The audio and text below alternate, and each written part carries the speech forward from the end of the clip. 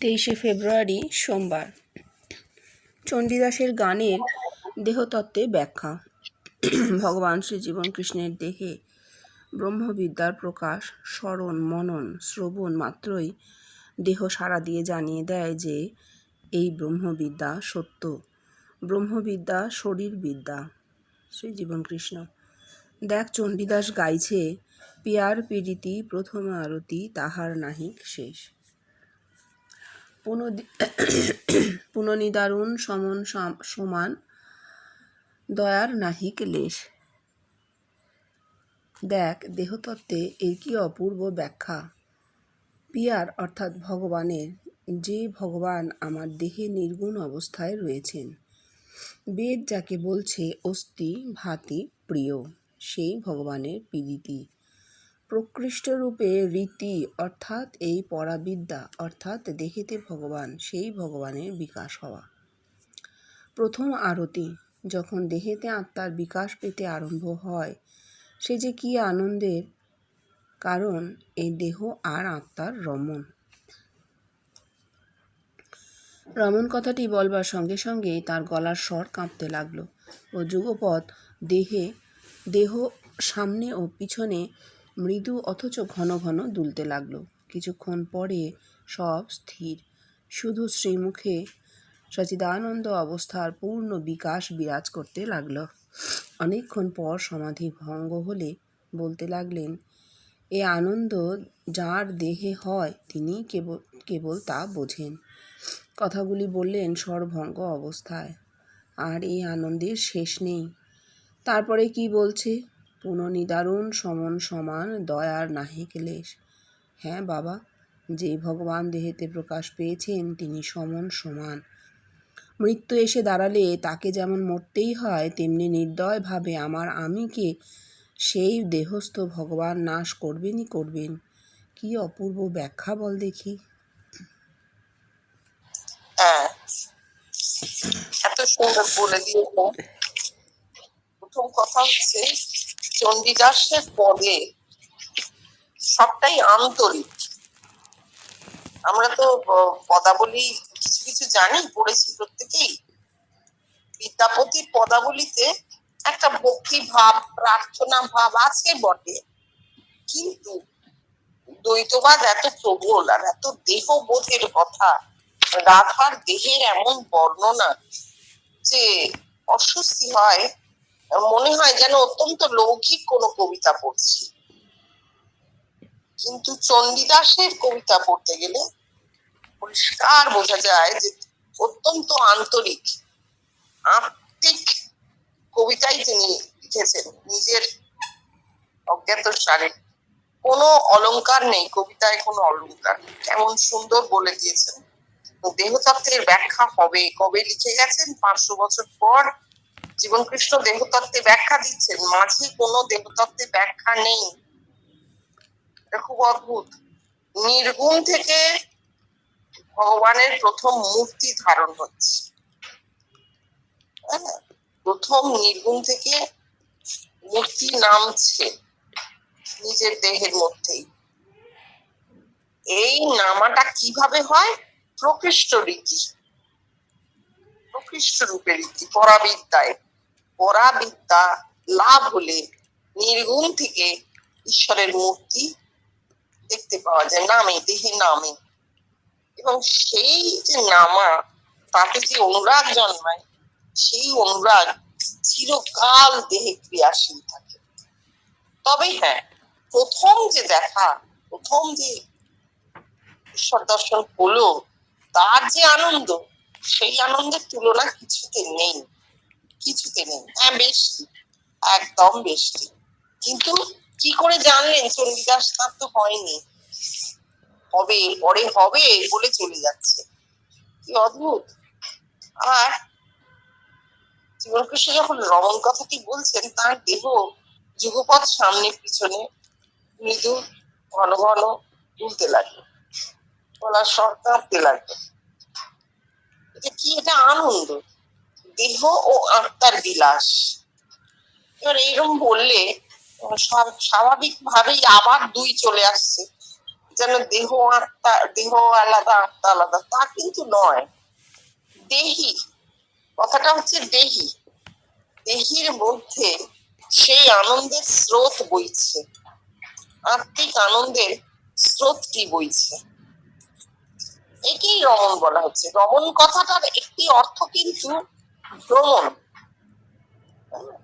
এই যে রামতা সাধু বলে না, একটা কথা আছে হিন্দিতে, রামতা সাধু, মানে যে সাধু পরিব্রাজক, পরিব্রাজক সাধুকে ওরা বলে রামতা সাধু। রমণ কথাটার মানে পরিব্রাজনও হয়, ভ্রমণও হয়, যিনি এক স্থানে স্থির থাকেন না, নানা জায়গায় ঘোরেন। এখানে যে রমণ, সেটা হচ্ছে যে দেহে যে প্রাণ শক্তি, তার সারা দেহ মধ্যে লীলা করছে, দেহ মধ্যে ঘুরছে, বিভিন্ন স্থানে চলে যাচ্ছে, তাতে দেহ কাঁপছে, গলার স্বর কাঁপছে, ঘন ঘন তুলছে এবং আনন্দ হচ্ছে। এই রমণের ফলে যে আনন্দ যার হয় তার সে বোঝে, আমাদের এগুলো হবে না। কিন্তু আমরা এটা আলোচনা করছি কেন? অনেকেই এই যারা লিখেছেন তারা ঘরে বসে এই অবস্থাটি দেখেছেন। ওনার পুনর্নিদারুণ সমন সমান দয়ার নাহি কলেশ, এটাও তো চন্ডিদাস বলছে। তারপর এত যে আনন্দ, তাহলে নির্দয় কোথায়? কেন নির্দয়? কেন নির্দয়? নির্দয় এই জন্যে যে যখন এই অবস্থা হয় তখন আমি বলে কিছু থাকে না, আমি ভক্ত নেই, আমি বলে কিচ্ছু থাকে না। এইটা একটা অদ্ভুত জিনিস। আজকে সকালে কথা বলতে দেখছি ঠাকুর বলছেন, ঠাকুরকে মারোয়ারি ভক্ত জিজ্ঞেস করছেন, আচ্ছা ভগবান দর্শন যিনি করেন তিনি কে? ঠাকুর বলছেন জীবাত্মা, লিঙ্গ শরীর। লিঙ্গ শরীর কি? বলছেন মন, বুদ্ধি, চিত্ত, অহংকার, এই চারটি জড়িয়ে লিঙ্গ শরীর। তাহলে এই চারটি জড়িয়ে লিঙ্গ শরীর মানে অন্তরেন্দ্রিয়। তাহলে ইন্দ্রিয় গুলো সুপ্ত হয়ে যায়নি, ইন্দ্রিয় গুলো রয়েছে।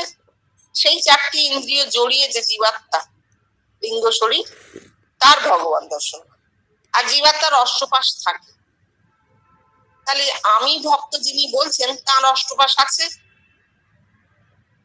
তার মন, বুদ্ধি, চিত্ত, অহংকার আছে, তাই তো? এইটা নাশ হয়ে যাচ্ছে।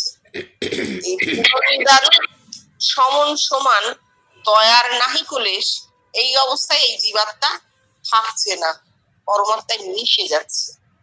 ঠিক যেমন মৃত্যুতে কিছু থাকে না, সব শেষ হয়ে যায়, নাশ হবে, সেই রকম এই আমি দেহস্থ ভগবান সেই আমিকে নাশ করবেনই করবেন।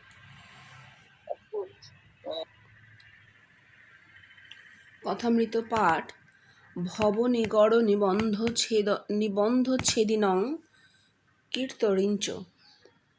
শ্রীজীবন কৃষ্ণ, অর্থাৎ তুমি এই ভববন্ধন কর্তন করো। তা হয় না বাবা, ঠাকুরের কোন কথা? বদ্ধ করতেও তিনি, মুক্তি দিতেও তিনি। ঈশ্বর যদি কৃপা করে দেহ থেকে মুক্ত হন তবেই মুক্তি। তাহলে তুমি ভববন্ধন কাটো, এ কথা ভুল। এক মিনিট, বলেছিলেন মহিমাচরণ ভব নিগর নিবন্ধ ছেদনিং কর্তরিঞ্চ। মহিমাচরণ কথায় কথায় ভীষণ সংস্কৃত শ্লোক আওড়াতেন, বলতেন, ঠাকুরকে শোনাতেন। ভালো, ঠাকুরকেই শুনিয়েছেন। জীবন কৃষ্ণ বলছেন ভগবানের কাছে প্রার্থনা যে তুমি আমার ভববন্ধন কর্তন করো। আরে আমার কই, আমি কই? আমি তো নেই। ঈশ্বর স্বেচ্ছায় দেহ সৃষ্টি করেছেন, ঈশ্বর স্বেচ্ছায় সেই দেহে রয়েছেন, এবং ঈশ্বর স্বেচ্ছায় দেহের রোগ, শোক, দুঃখ, কষ্ট, আনন্দ, উল্লাস সব নিচ্ছেন, সব গ্রহণ করছেন। এখানে তো আমি বলে কিছু নেই। আমি আবার কার কাছে কি প্রার্থনা করবো? আমি তো ভুল, আমি তো একটা ওই অন্তরিন্দ্রিয়ের একটা, আমি তো একটা ভুল বোধ। তাহলে ভববন্ধন ঈশ্বর কাটবেন কার? নিজের।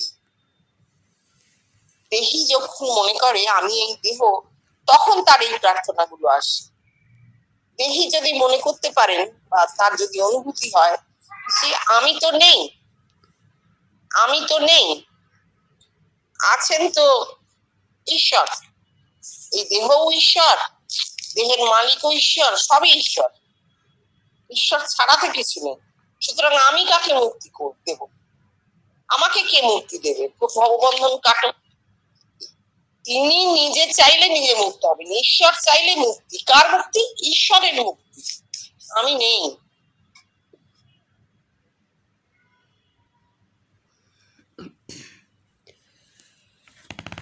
24শে ফেব্রুয়ারি মঙ্গলবার। মানুষের অন্তরে ফুটন্ত জ্যান্ত মানুষটির চিন্ময় রূপই সত্য, দিব্য জীবন নয়, শ্রীজীবন কৃষ্ণের অভয় পদ লাভ। শ্রীজীবন কৃষ্ণ শ্রী অরবিন্দ বলছেন ডিভাইন লাইফ, দিব্য জীবন। দিব্য জীবনটা কেমন? কতগুলো মরাল কোড আউড়ে গেলেই কি দিব্য জীবন হলো নাকি? আর দিব্য জীবন হাই সাউন্ডিং একটা কথার কথা মাত্র। কারণ লাইফ বলতে অ্যাবস্ট্রাক্ট ইমাজিনারি সামথিং বোঝায়। কি সত্য তাহলে বলতে পারিস? ডিভাইন হিউম্যান ফর্ম যা আমাদের দেখাচ্ছে। আমি একটা জ্যান্ত মানুষ, আমারই চিন্ময় রূপ যা তোদের দেহে ফুটছে, সেটাই হচ্ছে divine human form. The moral life Das becomes universal. এও ঠিক না বাবা, divine human form Das becomes universal. হ্যাঁ, অরবিন্দ বলেছিলেন ডিভাইন লাইফ, দিব্য জীবন।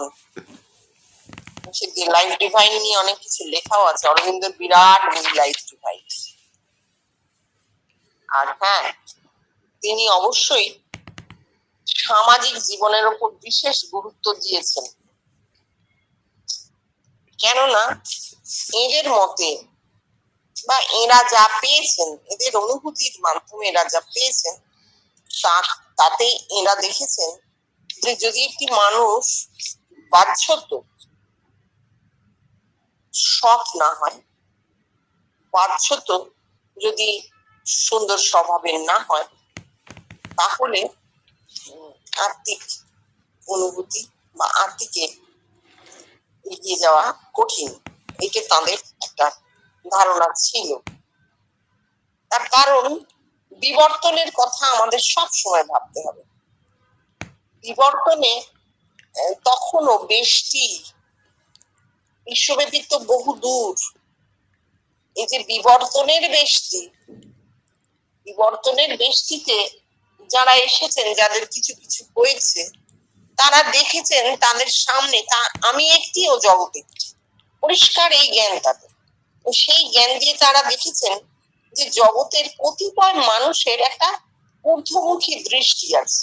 এখন বলছেন না যে রাস্তা দিয়ে হাঁটছে সব নিম্ন দৃষ্টি, ঊর্ধ্ব দৃষ্টি দেখতেই পাওয়া যাচ্ছে না। ঠিক সেই রকম অবস্থা হয়েছিল এই বিবর্তনের বেষ্টির সময়। যারা কিছু কিছু অনুভূতি পেয়েছেন, ঈশ্বরীয় স্ফুরণ পেয়েছেন, এবং যাদের জীবনটা খুব সৎ স্বাভাবিক হয়ে গেছে, তারা দেখেছিলেন যে মানুষের বড় নিম্ন দৃষ্টি এবং মানুষ বড় উচ্ছৃঙ্খল। এই শৃঙ্খল এলে, জীবনে শৃঙ্খলা এলে এবং দেহে মনে সৎ হলে হয়তো এদের মধ্যে ঈশ্বরীয় বিকাশ হতে পারে, এমনি তাদের ধারণা ছিল। আর ওই নাম করো, প্রার্থনা করো, ধ্যান করো, আর দিব্য জীবন, এইটা অরবিন্দের প্রধান বক্তব্য ছিল, প্রধান তার শিক্ষা ছিল। কারণ অরবিন্দ তো ইন্টেলেকচুয়াল জায়েন্ট বলা যায়, 17টা ভাষা জানতেন, প্রচন্ড পণ্ডিত মানুষ ছিলেন। নৈনম পণ্ডিত ভারতবর্ষে খুব কম জন্মেছে, এবং তার লেখা পড়ে উদ্ধার করা ভীষণ শক্ত, ভীষণ শক্ত। তাহলে আমরা কি করে বুঝতে পারবো? এই যে জীবন কৃষ্ণ বলছেন, আর কিছু কিছু জায়গা থেকে ক্লিয়ার হয়েছে যে তিনি ঠিক কি বলতে চেয়েছিলেন। তাকে যখন জিজ্ঞেস করা হতো তিনি সবসময় বলতেন সব কাজটাই ঈশ্বরের কাজ মনে করে করো, তোমাকে আলাদা করে জপে ধ্যানে বসতে হবে না, তোমাকে আলাদা করে একটা সময় বেছে নিয়ে মূর্তি ধরে পুজো করতে তুমি করতেই পারো, তোমার যদি মনের আড় থাকে তুমি করতেই পারো, তোমার মনের আড় তুমি পুজো করতে করো, কিন্তু তোমাকে সব তুমি এসব যে করতেই হবে এমন কোনো মানে নেই, তুমি সব নাও করতে পারো। তুমি একটি সৎ স্বাভাবিক জীবন যাপন করো, আর সেই প্রত্যেকটি কাজ ছোট ক্ষুদ্র থেকে ক্ষুদ্রতর কাজ তুমি করছো, মনে করো এইটা ঈশ্বরের কাজ, এইটা তোমার জন্য রাখা আছে, যাকে সারেন্ডার বলা হয়, শরণাগতি। অর্থাৎ আমি বলে কিছু নেই, আমি কিছু করছি না, যা আছে সবই ঈশ্বরের এবং যা করছি সবই ঈশ্বরের। এইটা ছিল ওনার শিক্ষা। কিন্তু জীবনকৃষ্ণ বলছেন এটা একটা অবাস্তব কাল্পনিক ব্যাপার। কেন? কারণ অরবিন্দের নিজের হয়তো ওই জিনিসটি হয়েছিল, একদম সত্যি কথা, তার শরণাগতি নিশ্চয়ই হয়েছিল, কারণ তার ইষ্ট দর্শন হয়েছিল। যে মানুষটির ইষ্ট দর্শন হয় তার মধ্যে শরণাগতি আসবেই আসবে, তার প্রাণশক্তি ইষ্টে পরিণত হয়েছে। তো এই জিনিসগুলো আমাদের একটু ভেঙে ভেঙে বুঝলে কি হবে, কারোর সম্পর্কেই আমরা বিরূপ হব না, হতে পারবো না। তার প্রাণ শক্তি ইষ্টে পরিণত হয়েছিল, তাই তিনি ইষ্ট দর্শন করেছেন। যদি কারোর প্রাণ শক্তি ইষ্টে পরিণত হয় তাহলে তিনি তো নিজেই ইষ্ট হয়ে বসে আছেন, তাই না? অরবিন্দ কই, তিনি তো বাসুদেবকে পেয়ে গেছেন, বাসুদেব হয়ে গেছেন। এই জায়গাটায় শরণাগতি হয়, ভীষণ শরণাগতি হয়, যে আমি তো কিছু নেই, আমি বলে তো কিছু নেই, আমি তো কিছু করছি না, এই জগৎ ঈশ্বরের, যা কাজ যেখানে যা মানুষ কাজ সব ঈশ্বরের, তাহলে আমি যা করছি ঈশ্বরের কাজ। ঈশ্বর বলছেন ওই যে গাছের পাতাটি নড়ে তার ইচ্ছে, এটা তাঁর হয়েছিল। কিন্তু এইটে তিনি যখন সমবেত মানুষকে বলছেন তাদের তো হবে না, কারণ তাদের তো ইষ্ট দর্শন হয়নি, জোর করে শরণাগতি হয় না, তো ভিতরে দেখলে তবে শরণাগতি। এই অনুভূতির ওপর অরবিন্দও জোর দিয়েছেন, কিন্তু বিবর্তনের বেষ্টিতে অনুভূতিতে জোর দিলেই তো হবে না, তা হয় না। বিবর্তনের বেষ্টি কতিপয় মানুষের মধ্যে টুকটুক টুকটুক অনুভূতি হয়েছে, বিশ্বব্যাপীতে এসে তবে বিবর্তনের যে বিশ্বব্যাপিত্ব, সেই বিশ্বব্যাপীতে এসে আমরা দেখলাম যে আত্মিকে অনুভূতি লাভ করলে কোনো মানুষের আপনা থেকে জীবন বদলে যায়, আপনা থেকে তার ব্যবহারিক জীবন বদলে যায়, আপনা থেকে মানুষটা অন্তর্মুখ হয়ে যায়, তাকে টেনে রাখে। তিনি নিজে বোঝেন না কি হচ্ছে, কিন্তু তার মন প্রাণ অন্তরাত্মা সবই একদম অন্তর্মুখ হয়ে যায়, কথা বলবারও ইচ্ছে হয় না, এটা হয়। আর অনুভূতি জীবনকে কিভাবে পাল্টে দেয় আমরা এটা একমাত্র মাস্টার মশাইয়ের মধ্যে আগে ঠাকুরের সময় দেখেছি, একদম স্পষ্ট দেখেছি। ওই দেখায় কোনো ভুল নেই। ওই যে সেদিনের স্বপ্নের কথা হচ্ছিল, সে যে কি অপূর্ব স্বপ্ন। মাস্টার মশাই দেখছেন যে একজন ব্রাহ্মণ সমুদ্রের ওপর দিয়ে হেঁটে যাচ্ছে, তার তলায় শাঁখো, বলছেন এই শাঁখো দেখে রাখো, তুমি পরে এসো। এই যে অদ্ভুত জিনিসটার, সমুদ্রে কি শাঁখো থাকে? থাকে না। সমুদ্রের তলায় শাঁখো তোমায় কোথায় নিয়ে যাবে? আরো অতল সমুদ্রে নিয়ে যাবে। এই ব্রাহ্মণ ব্রহ্ম তিনি দেখিয়ে দিচ্ছেন।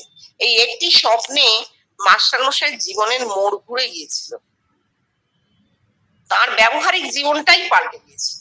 কিন্তু সেও তো কোটিতে গুটি, বিবর্তনের বেষ্টি, বিশ্বব্যাপী তো নয়। বিশ্বব্যাপীতে আমরা এখন আমাদের দিকে তাকাবো, সেটা উনি বলছেন আমার রূপ তোরা দেখেছিস, ডিভাইন হিউম্যান ফর্ম, এই যে আমার রূপ দেখেছিস, অর্থাৎ আমরা ভেতরে নিজেকেই দেখেছি। স্বস্বরূপই দর্শন হয়, নিজের ভেতরে অন্য কিছু তো দেখা হয় না, নিজেকেই দেখা হয়। ওর রূপটাই দেখেছি। কেন? কারণ ওর মধ্যে বিশ্বব্যাপিত্বের প্রকাশ, তাই ওর রূপ ছড়িয়ে গিয়েছে। মধুবিদ্যা। তারপর পরে কথামৃত পাঠ কোন্নগরের সাধক শ্রীরামকৃষ্ণের সঙ্গে তর্ক করিতেছে। শ্রীজীবনকৃষ্ণ, কেন বলতে পারিস? ঠাকুরকে সে তো দেহেতে দেখেনি, এক হয়নি, তাই তর্ক করছে। অপর জায়গায় কথামৃতে কথা আছে, বল দেখি। পণ্ডিত শ্যামাকান্ত ঠাকুরের কাছে এসে প্রথমে খুব তর্ক করলে, তারপর সন্ধ্যায় গঙ্গার ধারে ধ্যান করতে বসল। চেষ্টা তার ইষ্টমূর্তি দেখা, কিন্তু যতবার সে ইষ্টমূর্তিতে মন স্থির করতে যায় দেখে শ্রীরামকৃষ্ণদেবকে। বারবার দেখে বুঝতে পারল ইনিই আমার ইষ্ট। তখন ফিরে এসে ঠাকুরের পায়ে পড়ে, অর্থাৎ এই একত্ব। শ্যামাকান্ত ভট্টাচার্য, কোন্নগরের সাধক। কি অদ্ভুত সেই সাধক যাকে ঠাকুর ছাতা দিয়ে আড়াল করছেন। রোদ্দুর পড়ছে গায়ে, ঠাকুর একটা ছাতা খুলে ধরেছেন। ভবনাথ আবার কি বলেছিল, ঠাকুর বলছেন তুমি বাছা ঘটাতেও যেমনি রটাতেও তেমনি। কই আপনি ওনাকে বকলেন না? আরেকজন কি বলেছে, তোমরা কেন তর্ক করছো? ওই সাধু কি বলেছে? সোজা হয়ে উন্নতশীল হয়ে গ্যাট হয়ে বসে আছেন, কারোর দিকে তাকাচ্ছেন না। ঠাকুর বলছেন কই তোমাদেরও তো এনার সঙ্গে বনে না দেখছি। অনেকের সঙ্গে এসেছেন, তাদের সঙ্গেও খুব একটা সদ্ভাব নেই। সদ্ভাব নেই মানে সবার সঙ্গেই তর্ক করছেন, কিছু বললেই উত্তর দিচ্ছেন।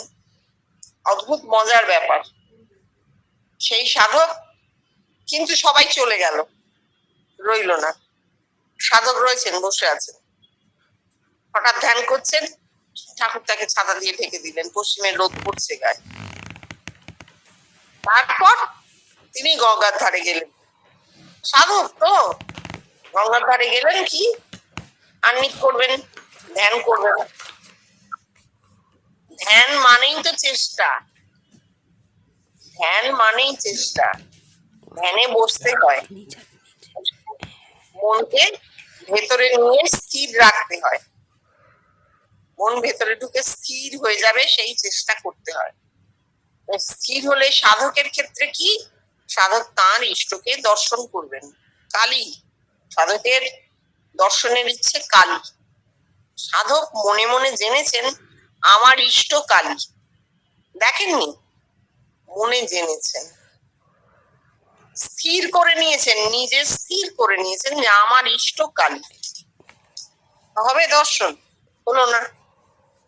যতবার ধ্যান করছেন ততবার মন স্থির হচ্ছে, কিন্তু দেখছেন ঠাকুরকে। তিনবার এরকম হয়েছে, তিনবার। যতবার দেখতে যাচ্ছেন মন স্থির হয়ে যাচ্ছে, ডুবে যাচ্ছেন ধ্যানে, আর দেখছেন ঠাকুর দাঁড়িয়ে। তাহলে কি হলো? তাকে জানিয়ে দেওয়া হলো যে কালী একটি কাল্পনিক রূপ, তোমার ইষ্ট একটি জ্যান্ত মানুষ, এই যার কাছে তুমি আজ এসেছো। এটা কি অদ্ভুত নয়? কালী তো একটা বিগ্রহ, একটা প্রতিমা, পাথরের তৈরি নালে কাঠের তৈরি, যেমনই হোক না কেন, প্রতিমায় প্রাণ সঞ্চার মানুষ করে। তিনি কি দেখলেন? কোন প্রতিমা নয়, সোজা ঠাকুর দাঁড়িয়ে আছেন, এবং জানলেন যে আমার ইষ্ট এই জীবন্ত মানুষটি, কালী নয়। রামপ্রসাদ সেন গান গাইছেন আর বেড়া বাঁধছেন, গান গাইছেন আর বেড়া বাঁধছেন। ছোট মেয়ে তাকে দড়ি ফিরিয়ে ফিরিয়ে দিচ্ছে, তিনি সেই দড়ি দিয়ে আবার বেড়া। যখন বেড়া বাঁধা শেষ হয়ে গেল, তার মনে হলো এই ছোট মেয়েটি কোথা থেকে এসছে, একে। সম্ভবত রামপ্রসাদ সেনের সন্তানাদি ছিল না, তাহলে এ তো তার নিজের মেয়ে বলে নয়, এ কে, কে বারবার ভাবছেন, মেয়েটিকে খুঁজছেন। এবং তখন তার মনে স্পষ্ট হলো, জানে এ তো আমার সেই মা বেটি, যার আমি গান করি, যাকে আমি ডাকি, যার জন্য আমি এত তন্ত্র সাধনা করি। সাধনা করে তাকে দেখা হয়নি, আর দেখা হলে ওই মূর্তি দেখা হতো, প্রতিমা, মা কালী, মুন্ডমালিনী, এইসব দেখতেন। দেখলেন কি একটি ছোট মেয়ে, একটা মানুষ। এটা কি অদ্ভুত নয়? হুম। অদ্ভুত মানে খুবই অদ্ভুত।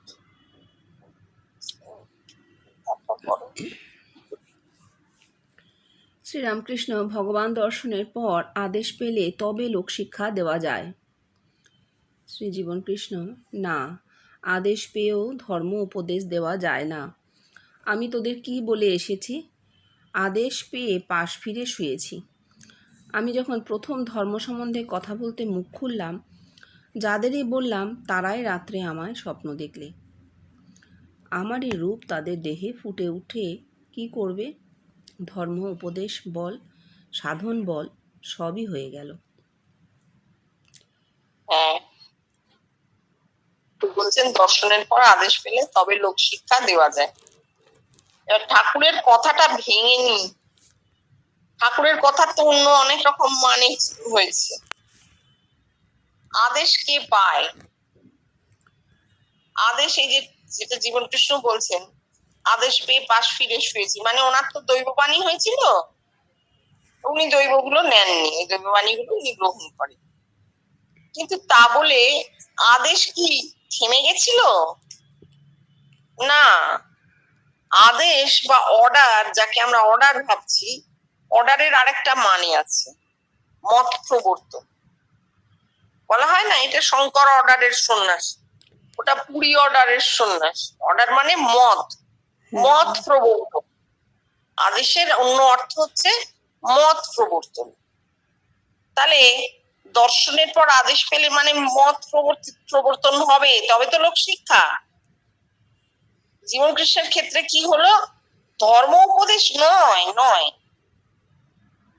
তার রূপ মানুষের মধ্যে ফুটে উঠতে লাগলো, নতুন মত প্রবর্তন হতে শুরু করে দিল। তাকে উপদেশ দিতে কোথাও যেতে হবে না, তার তো কি বলবো, তার অহং তো নেই, তার অহং তো লীন হয়ে গেছে। তাহলে তিনি আবার কি করে কাউকে বলবেন? কিন্তু কেউ কেউ তার কাছে ধর্মকথা শুনতে আসে, এই কথামৃত পাঠ শুনতে আসে, তিনি বলতেন কোন কোন মানুষকে, কাছের খুব বলতেন। তারা রাত্রে স্বপ্ন দেখতো। কাকে? জীবন কৃষ্ণকেই দেখতো। কেন দেখতো? সেই সময় কি তাদের ইষ্ট জীবন কৃষ্ণ দেখছেন? না, নিজের স্বরূপকেই দেখছেন জীবন কৃষ্ণের রূপে। তখন তারাও বুঝতে পারছেন না কি হচ্ছে, জীবন কৃষ্ণ তাদেরকে কিছু বলতে পারছেন না। কারণ বললে মনে হবে এই রে গুরু গুরু বলছে, না তা নয়। ওই যে আদেশ, সেইটা এই লোকের দেহে ফুটে উঠছে। তার দর্শন হয়েছে, তার বেশির সাধন শেষ হয়ে গেছে, তার সমষ্টির সাধনের সূত্রপাত হয়েছে। কি করে জানা যাচ্ছে? লোকের দেহে তার রূপ ফুটে উঠছে।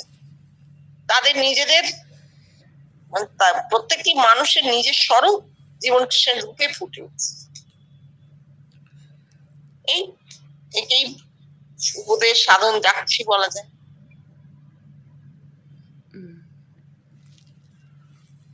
শ্রীরামকৃষ্ণ ভৈরবীকে দেখে জনক মুখ হেঁট করেছিল। স্ত্রী দর্শনে সংকোচ হয়েছে।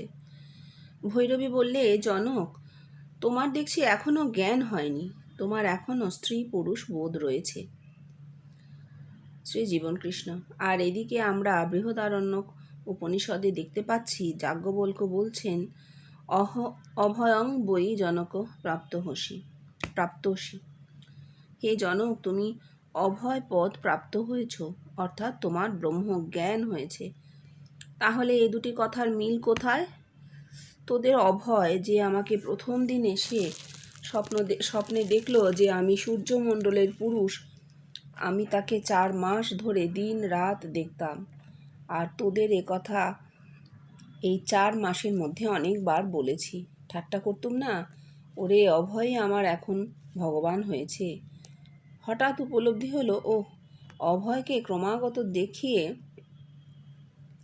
আমায় এই বোঝাবার চেষ্টা চলেছিল যে আমি একা আছি, দুজন থাকলেই ভয়, এ পর্যন্ত এ কথা কেউ ব্যাখ্যা করল না। শঙ্কর নয়, রামানুজ নয়, স্বামী বিবেকানন্দও নয়। অন্য কার কথা বলবো? কি আশ্চর্য কথা বল দেখি। অভয় বলে একটা জ্যান্ত লোককে 4 মাস ধরে দেখিয়ে এই কথাই স্ফুরিত করার চেষ্টা চলছে, ওরে তুই একা আছিস। অভয় পদ, বার্থ পজিশন, অভয় পদ একটা অভয় পজিশন। একটা মানুষ এই পজিশনটা পেয়েছেন, এই বার্থ, এই জায়গায় পৌঁছেছে কখন? যখন তার কাছে তার নিজের অস্তিত্ব আর জগতের অস্তিত্ব আলাদা নয়, এক হয়ে গেছে। আমি এই জগৎ, জগৎই আমি, আমি জগৎ, যুগপৎ। এই কন্ডিশনটা যখন হয়ে গেছে তখন তো দুই নেই, একই আছে। দুই না থাকলে ভয় নেই, নির্ভীক। কেন ভয় নেই?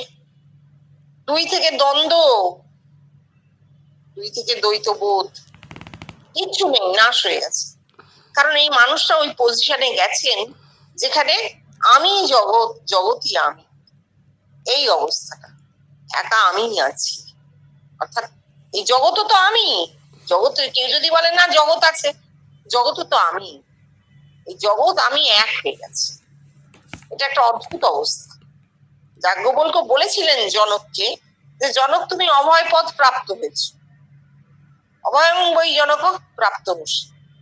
কিন্তু এই যে উপনিষদের কথাগুলো, এই জনক, একে তো আমরা কোনো ঐতিহাসিক রাজা বলে দেখিনি কখনো, ইতিহাসে তো লেখা নেই। তো শ্রুতি বহন করে আনছে জনক। এখন যাজ্ঞবল্ক্য যদি এটা আত্মিক উচ্চারণ করে থাকেন, যা তার পক্ষে খুব স্বাভাবিক ছিল, আমরা যাজ্ঞবল্ক্যের যে বৃহদারণ্যক উপনিষদ পেয়েছি তাতে দেখেছি তিনি বেশিরভাগ কথাই আত্মিকের বলেছেন, অদ্বৈতবাদের কথা বলেছেন, অদ্বৈত দর্শন বলেছেন। সেখানে এই জনক বলতে তিনি বাইরের কোন রাজাকে নাই বোঝাতে পারেন, তাই না? জনক মানে তিনি সৃষ্টি করেন, পিতা, বেদের পিতা, পরম পিতা, তাকেই তিনি জনক বলতে পারেন। এবং সেই জনকের উদ্দেশ্যে সেই পরম পিতা যিনি সেই পদটি পেয়েছেন, যিনি জনক হয়েছেন, যিনি হাজার হাজার মানুষের দেহে নিজের রূপ সৃষ্টি করে জনক হয়েছেন, নিজে করেননি, হয়েছে, ঘটনাটা ঘটেছে, হ্যাঁ, সেই জনক, সেই জনককে বলা হচ্ছে এত এত মানুষের মধ্যে রূপ ফুটে গেছে, তুমি অভয় পদ পেয়েছো। কেন? এই যে মানুষগুলোর মধ্যে তোমার রূপ ফুটেছে, এই জগতে তুমি ছড়িয়ে গেছো, এই জগৎ আর তুমি এক হয়ে গেছো, তাই তুমি অভয়। এইটাই যাজ্ঞবল্ক্য বলতে চেয়েছিলেন। সেই সময় কার হয়েছে, কি হয়েছে, কোনো রেফারেন্স নেই, আমরা জানি না। এই সময় ঘটেছে, ঘটছে না, ঘটেছে, নিকট অতীত আমরা জেনেছি, তাই বলতে পারছি। 4 মাস ধরে অভয় বলে একটি মানুষকে দেখিয়ে জীবন কৃষ্ণ 4 মাস ধরে দেখে গেছেন সমানে, বুঝতে পারছেন না কি হচ্ছে। 4 মাস দেখার পর যাজ্ঞবল্ক্যের শ্লোকটি তার মনে পড়েছে, তিনি বলছেন ও আচ্ছা, এই অবস্থাটা সুন্দর, যত পড়বে তত রস। ঠাকুরও বলছেন কথামৃতয় যে শুধু পড়ে কি হবে, অনুশীলন চাই।